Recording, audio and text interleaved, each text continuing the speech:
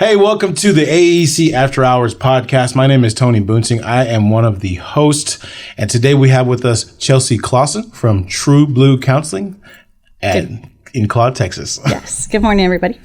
So, how are you? I'm good. It's been a good day. Yeah. Good deal. Yeah. Super excited to have you here. I know that you have been part of our networking group, the Amarillo Exchange Club, for quite a bit of time now. Mm-hmm. How long have you been with us exactly? You know, I don't remember when I joined, but it was last fall. So I think we're coming up on a year. Has it been that long? Yeah, I know, right? Holy smokes. Time flies. Yes, it does. I literally was going to say like 6 months.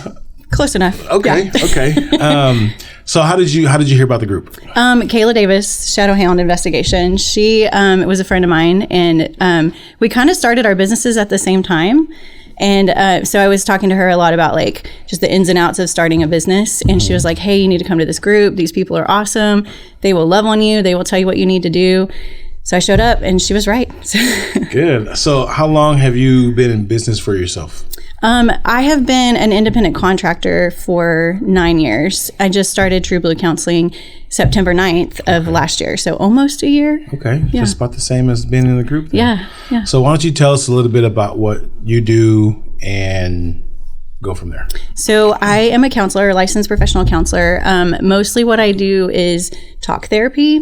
Cognitive behavioral therapy is kind of the standard foundation that most counselors use. Mm-hmm. But specifically, I'm certified to do integrative mental health, which is it's like the like ooey gooey, like kind of holistic counseling stuff. Mm-hmm. So I also can suggest, not prescribe, like supplements, herbals, even different like lifestyle activities like yoga, mindfulness, things like that. And then I'm certified as a meaning-centered grief therapist. Mm-hmm. And grief and trauma are sort of my passion. That's what I like to do. What, as far you say grief and trauma is your mm-hmm. passion, where does that stem from? Probably my own griefs and traumas in life. I experienced my first major loss when I was 14. My maternal grandmother passed away. And I just remember it being just like a bizarre feeling, like an emotion that I'd never felt before. Mm-hmm. And, but I was still young. So I was looking to, all the adults in my life to kind of guide me, like, how are we supposed to grieve and what is this supposed to look like? And, what's okay and what's not okay. Mm-hmm. Can I cry at school? Things like that, that I think people don't really think about, mm-hmm. And preparing for grief. But the major loss in my life came much later. And when I was 25, my father passed away. Mm-hmm. And he's sort of the whole inspiration for True Blue Counseling Center, and actually kind of what put me on the track of becoming a counselor to begin with. Mm-hmm. But that was a hard loss. He was very sick. He had diabetes. And so it was not just the grief of losing a dad, and I was definitely daddy's girl. So that was a tough one. But it was also the grief of like, my whole life is going to change, like I'm not going to have dad there to be at my wedding. I'm not going to have my dad there to like guide me and help me with all the financial decisions and things like that mm-hmm. I have in my life. And then also just the process of like watching him. Because he literally wasted away. Like he was over 300 pounds. And by the time he died, he was barely 100 pounds. Mm. So just kind of watching that process and the trauma that is involved in that, it really kind of gave me a heart and a passion. And I've noticed that like those are two topics, trauma and grief, that are just really hard to talk about. Like it's a sensitive subject. And I didn't want to be that person that's like weird at funerals, like mm-hmm. doesn't know what to say, doesn't know like how to be there for somebody. Mm-hmm. So I think just that intellectual side of me was like, let me learn this. Like, what am I supposed to say? Yeah. Yeah. I can totally understand what you're saying about not knowing what to do at funerals. I personally hate going to funerals. Even if it's a close family member or if it's an acquaintance, I do this all the time, but I will wear my sunglasses inside the chapel because I don't want to make eye contact with anyone. I don't know how to have those small conversations. So do you help people with those kind of things too? Is that what you're talking about? Yeah, I mean, not necessarily like what do you say to somebody who's passing away, but just like a comfortability with like, let's just sit in this moment, you know, like it's okay to grieve. You feel what you feel, you know, and actually like meaning-centered grief therapy is about making meanings and meaningful connections and then like finding purpose. Okay. And so that's a lot of what I do is like, you know, who was this person to you and tell their story and like let them live the life with you, even if it's spreading ashes or releasing balloons or whatever you have to do. Sure. So it's more of just like getting people comfortable with grief and emotions in general. I got you. So let me ask you this. As an Asian American, growing up in our household, we didn't talk about feelings. We really didn't hear "I love you," "I'm proud of you." We didn't get hugs, anything like that. So I didn't learn how to figure out my emotions till I was in my late 20s, maybe early 30s, and I'm 39 now. Yeah. How far back, how far behind am I? You know, and do you see cultural differences when you do see your patients or clients? There's definitely cultural differences. I don't know if I should speak, you know, specifically, but I was a little taken aback because men tend to struggle in general with emotions, and it's a brain thing. Like your brains are just not wired necessarily to be as emotional and to interpret emotions as well as female brains. So I feel like women don't always have a problem expressing emotion. Sometimes they have a problem knowing what to do with all that emotion. And I think with men, it's kind of the opposite. Like you don't necessarily like know how to like express your emotions, but you tend to know how to like kind of rationalize your way out of them, you know? Yeah. So I don't think you're behind, Tony. I think you're just a dude. Yeah. But I mean, that's part of the therapy that I do too. And the first time I had a male client that was very emotional, like I didn't know what to do with that. I was like, I don't know if I've ever seen a man cry. New territory, huh? Yes. And I will tell you that I still get like choked up if I see men cry because it's like, it's awkward. You know, it's not something that you experience all the time too. Yeah. No, I'm right there with, sometimes I'm watching something emotional or I hear something emotional and I joke with my wife that I don't have any empathy, but I do find, you know, moments in my life where I am empathetic and I literally will like my eyes will well up with just water, but something inside me just makes myself suck it back in. Right. And I think that's just the way I was raised with it. But I know it's okay for dudes to cry because I have also bawled in front of my wife and all that stuff. So I really appreciate and respect what you do for people. Thank you. In my personal testimony, I've had to see a counselor the second semester of my senior year of high school because I was going through some things and I needed some mental health help. And back in 2004, I don't think mental health was even a phrase, right? Or it was even something that people talked about.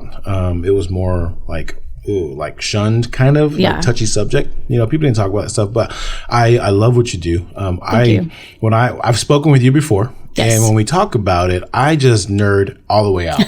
I couldn't sit through a lecture at college or a classroom, but when I talk to you, I'm like, I want to know more. I'm just like a sponge sucking it all up. Like earlier when we were talking about serotonins and things like that and how people deal with depression, I was locked in, you know. Great. I'm glad. That's a compliment to me. Thank you very much. No, I really love it. I really love it.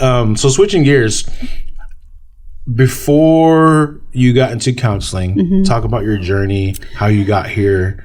Tell us about that. So I'm going to start way back. I grew up watching ER on TV. I love that show, actually. I wanted to be George Clooney. Like, I wanted that, like, fast-paced ER. Like, you know, he was an orthopedic surgeon, and my mom was a physical therapist, like, I think for 50-something years, like, total.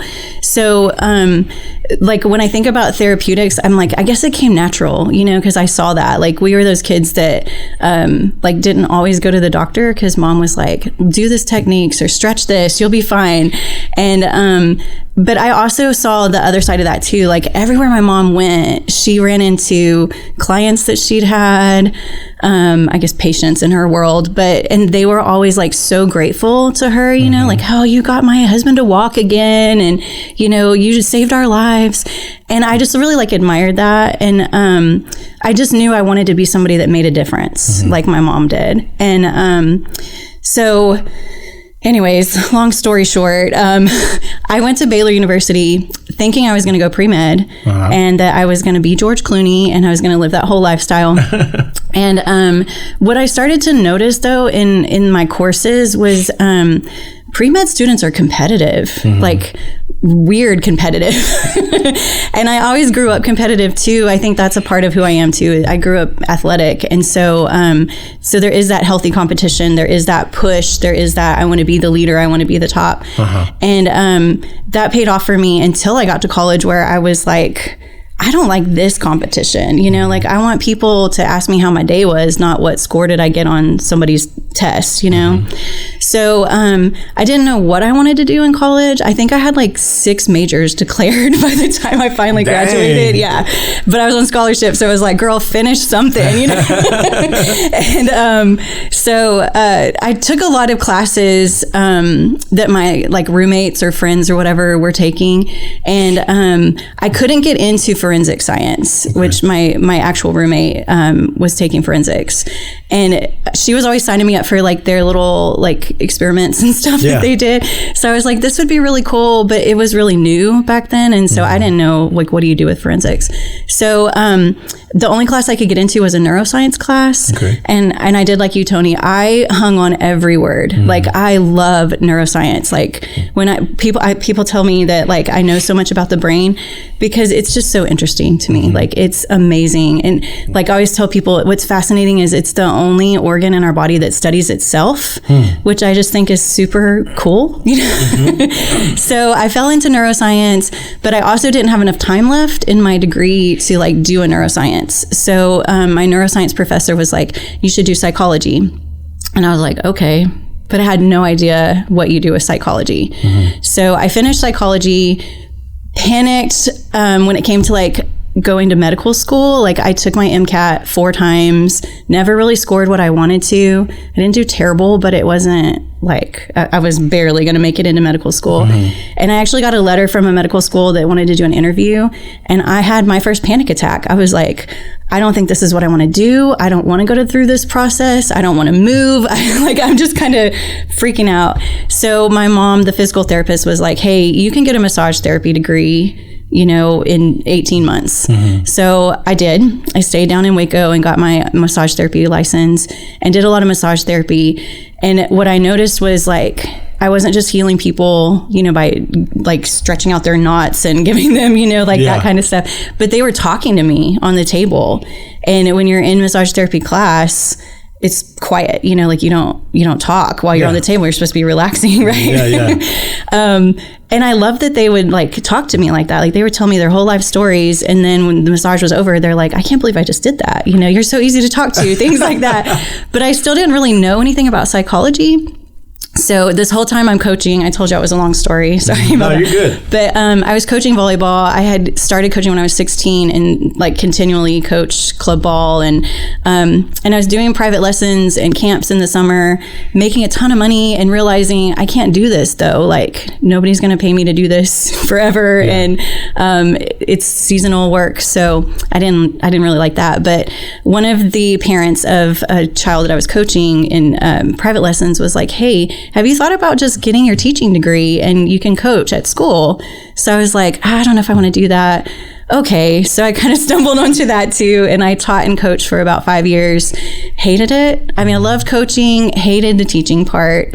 I taught sciences and I thought I would be excited about it, but like it's only exciting if someone else is excited too, you know? So I appreciate your enthusiasm. So I didn't really like that. And kind of was going through a bad relationship in my life too, romantic relationship.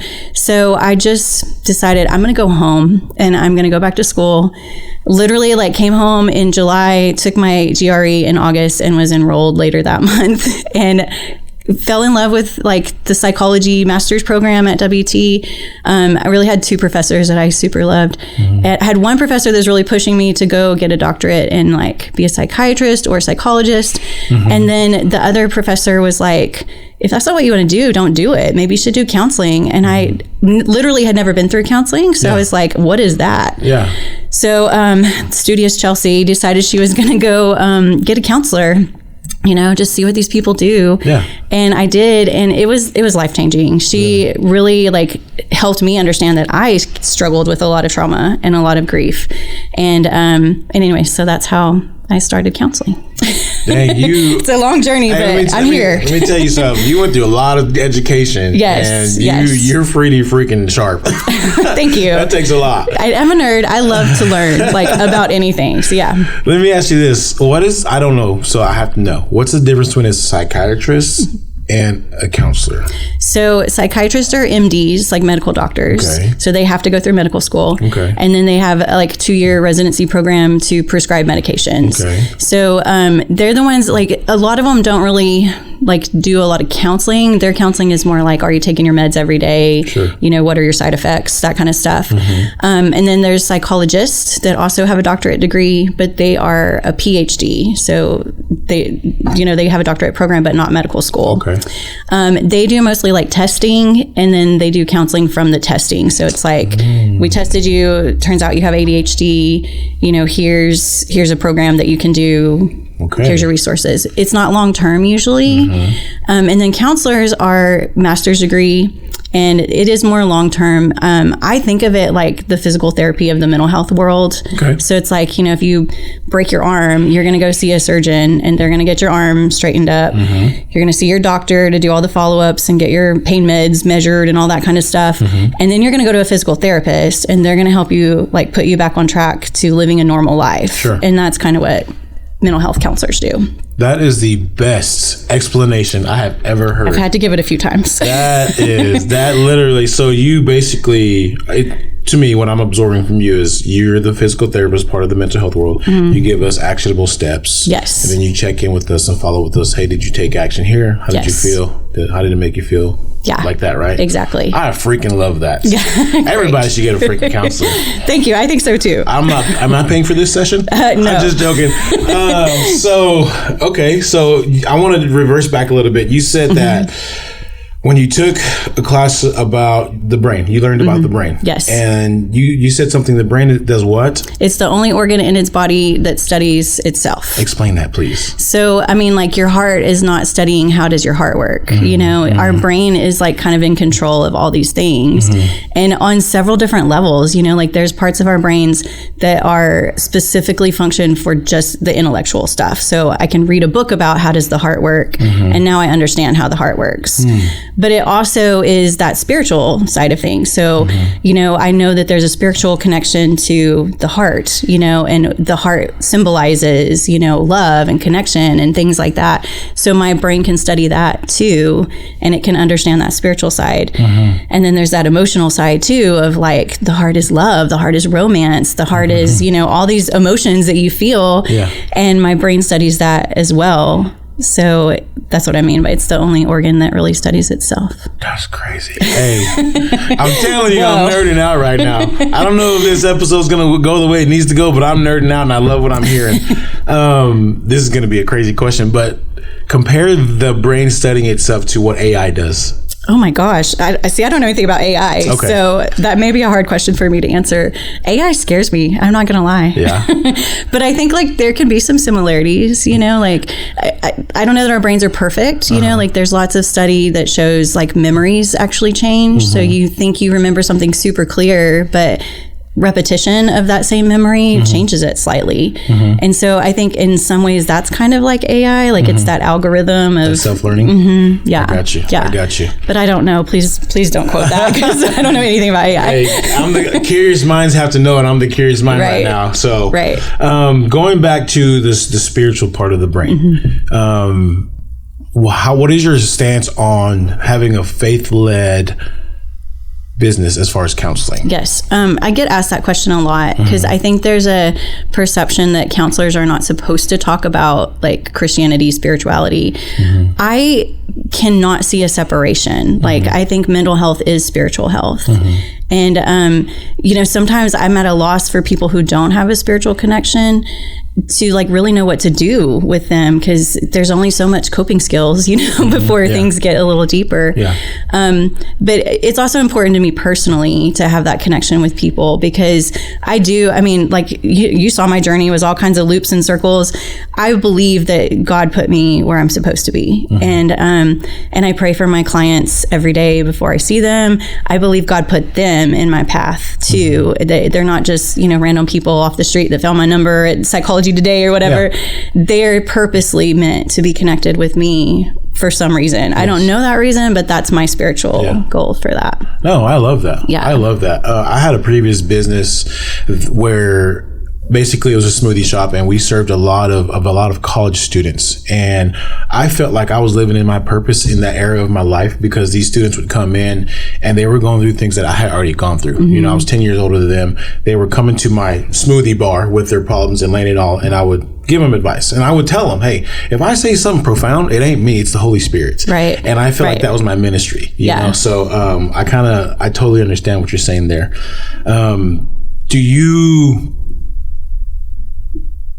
The big question is, you pour into so many people.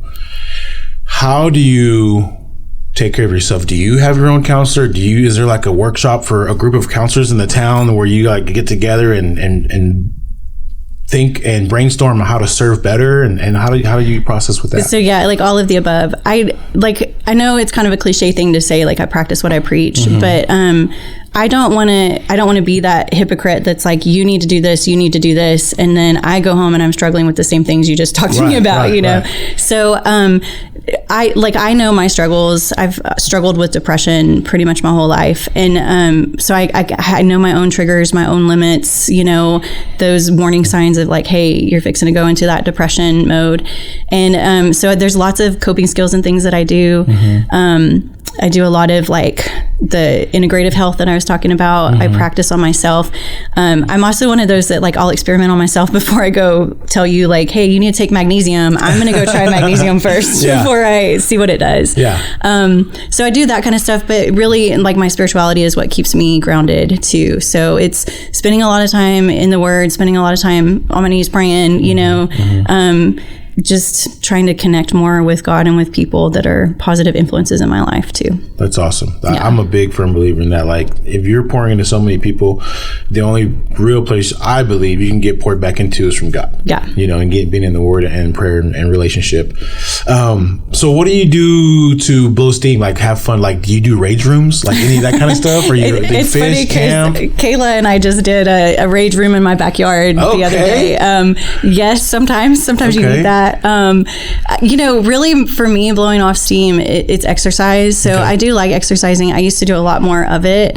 I've learned to transition from like exercising harder when I'm angry, and like pushing myself to like accepting what my body can do and like doing the calming exercising now. And it's weird that blows off steam too, because you think calming is like kind of sucking it all back in, but it's really not. So I can work up a good sweat doing yoga or, just stretching, going for a walk, things like that. I tried yoga. We have a Hot Works membership, and I try to do yoga with my wife. And I walked in there thinking this ain't gonna be nothing. We just gonna be stretching and posing and doing little things and whatnot. Hey, it's one of the hardest exercises I've ever done.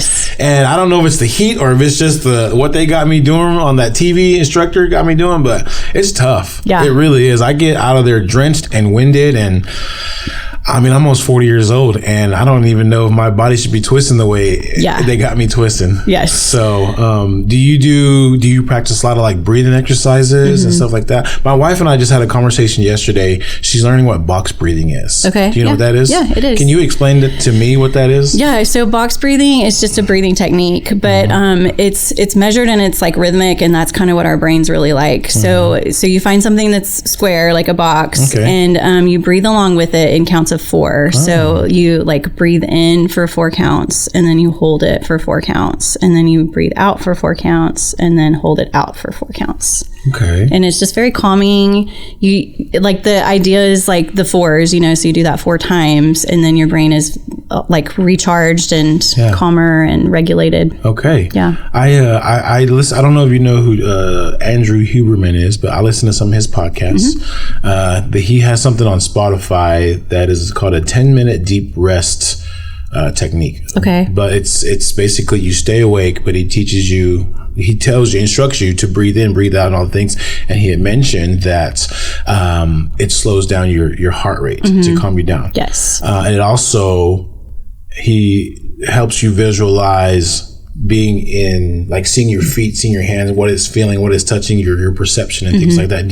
Have you heard of that technique, or do you know what that is? I'm not specifically, familiar with his technique, but it sounds a lot like a combination of mindfulness, which is kind of just being, and then just like that regulation of sensory stuff is very like regulatory to your brain. And that's why, like, if people are panicking, they're like, what color is this shirt or whatever, because it's like, oh, if I can see that, then it kind of kicks my brain back into gear. So I would imagine it's something kind of like that, meditation, mindfulness. So I've done it, and I tell you what, the first time I did it, it was a 20-minute session, and I had probably had 10 hours of sleep in like 2 weeks. And the first time I did it, I didn't fall asleep, but I literally felt like I was so deeply rested. And with anything, it takes consistency and practice, and the more you do it, the better you get at it. But I suck at mindfulness. I'm just gonna say, it's hard. It's really hard. I really do. Do you tell your clients to do things like that, mindfulness practices? We practice mindfulness. I think sometimes like clients don't realize that's what we're doing, because I'm not always like, okay, we're going to do a mindful activity, but some of the things we do in session, kind of lend itself to them being more mindful. I've done groups on mindfulness because it's everywhere, like you can have a lot of fun with it. But myself, I've practiced mindfulness for like 20 years and I'm still not good at it. Really? Yeah. It's just really hard to keep your mind in that, frame of mind that like everything is the right now. Everything is what am I experiencing in this moment, without like anxiety, depression taking us one way or the other. Yeah. What's the longest you ever gone in like meditation or mindfulness exercises? I'm not good at meditation either. I'll tell you that. So I practice what they call active meditations. It's just better for people like myself that have trauma or ADHD, things like that, where it is things like the box breathing, where I can actually draw a box. But like just the plain, like what you would think of laying down, listening to a YouTube or whatever meditation, about 7 minutes is about as long as I can go. That's pretty dang good. That's pretty dang good. I've worked on that for sure. I've tried to do the whole sit there, close your eyes, have your hands, crisscross applesauce, and I'm trying to be like mindful, but then I'm thinking, oh man, I forgot to do the laundry, or I forgot to get a dog food. Like, it's tough not to let all those extra thoughts come in while you're practicing it. But then I've seen people on YouTube, and it might not be real, but they'll be there for like an hour. And like, I don't know. I think it's great if you can do it, but I also think it's kind of really, really challenging. Right. Yeah. And I'll tell you too, like this is something I always try to point out. It's not necessarily like how long you can go in a meditation, it's how often, so the frequency at which you're trying to be mindful, even if it's for a few seconds, is way more important than yesterday I sat for 7 whole minutes and didn't think about a thing, Yeah. Oh man, okay. That makes sense. Okay, I'm going to ask an off-the-wall question. Yeah. Do you know who Dr. Joe Dispenza is? I don't think so. Okay, well, I've heard some of his stuff and I read some of his books, and he talks about healing your body with manifestation and like mindfulness and things like that. How do you feel on that topic? I believe the mind is very powerful. And I have all kinds of conspiracy theories about that I don't know if we want to record, but I don't know, like I think it's a combination of things, right? Like you can't just like wish away like cancer or something like that, but you can get yourself into a mindset of healing, and that increases, dopamine, and it increases those endomorphs in your brain, and that improves your your immune system, and so things like that are all connected. So I don't know about like I'm just gonna wish away this and it's gonna go away, but I do think that the brain's very powerful, and you can find healing if you're really focused on it. I dig that. I 100% agree with you. The brain, the body's, we're supercomputers. God created some amazing things within us, and he gave us capabilities to do things, and I 100% believe that. Now, I do agree with you, though. I don't think you can wish away or, cancer. Right. So, as far as your craft and mastering your craft, how often are you educating yourself and learning more? I'm sure there's new things that are coming out, new techniques. Like, how often do you have to stay up to date with that? Yeah. So I don't know, like when you said master my craft, I was like a little uncomfortable, I think, because I'm like, I don't know if I ever become a master. And that's one of the things that I love about psychology. It's a relatively new science in general. And so they're coming out with new stuff all the time. And it's, biological stuff, like this is what the brain's doing. These are the neurotransmitters. Or it's, statistics about like relational things or emotional things, and so I'm always kind of reading or listening to whatever I can find. But I do have some CEUs that I really love. I follow a lady named Dr. Leslie Korn. She's great when it comes to the integrative health stuff, and I actually just got to meet her a couple months ago. So that was like Sedona, right? Yes, that was my Sedona trip. Yes, yeah, it was amazing, and she like hung out with me, and we're like best friends. That's awesome. No, that's awesome. But she's really great about like answering questions too, so it's nice to be able to connect with her. And then I am a member of the Baylor Scott and White behavioral health. I don't even know what they call us, but we're like an ancillary group or whatever. And so I get invited to a grief and bereavement conference that they do every 2 years in Temple at their behavioral health, and it's amazing. Like they just have so many great facilities there too. So those I definitely dive into as often as I can. Awesome. Are you into like personal development books, we obviously talked about the Bible and stuff like that, but what do you feel in personal development books? I'm selective, I think, because I feel like anyone can tell their story and kind of twist it and manipulate it into like, you should do this too, and it's going to improve your whole world. And I'm a little cautious of that though, because I feel like everybody is their own case and their own story. And so I try to stick with books that are written by like psychologists that I know or am familiar with. And especially like in this culture, people will listen to like any Joe Schmo on TikTok and they're like, oh my gosh, I think I'm a narcissist now. I heard that. And it's like, no, you're probably not. Oh, man. So I try to stick to like reputable, people. But I got you. Awesome. So speaking of TikTok, what social media platforms are you on where people can follow you? I'm only on Facebook. I'm old, and that's the only one I know how to operate. You're not old. You're just seasoned. Right. Thank you. Experienced. Yeah. So your Facebook page is? It's True Blue Counseling Center. Okay. And then what other ways can people reach out to you? I'm old school, so I have an email. If people still email, it's T as in true, B as in blue, CC Counseling Center 0909 at gmail.com. Okay, great. And then the phone number is 806-336-9454. Okay, awesome. Yeah, and I can receive text or calls. And you service clients of all ages, or? I say 8 to 80. 8 to 80. Yeah, 8 years old is kind of a cutoff as far as how young I would like to see kids. I do some play therapy, but really about the age of 8 is when we start developing the ability to like make sense of our play, like those connections between this isn't just Barbie.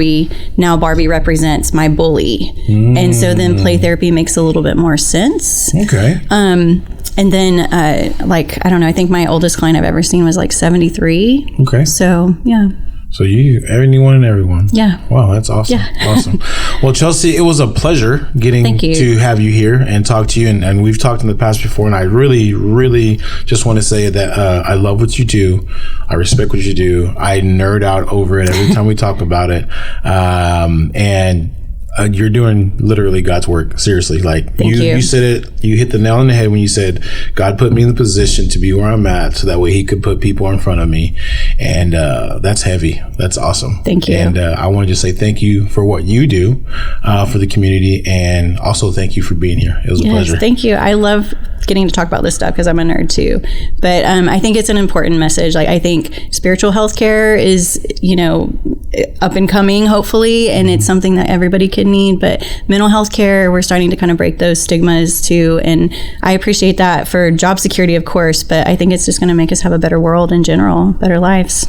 Absolutely. Yeah. Absolutely. Looking forward to learning or to hearing more of your testimony as we further our relationship.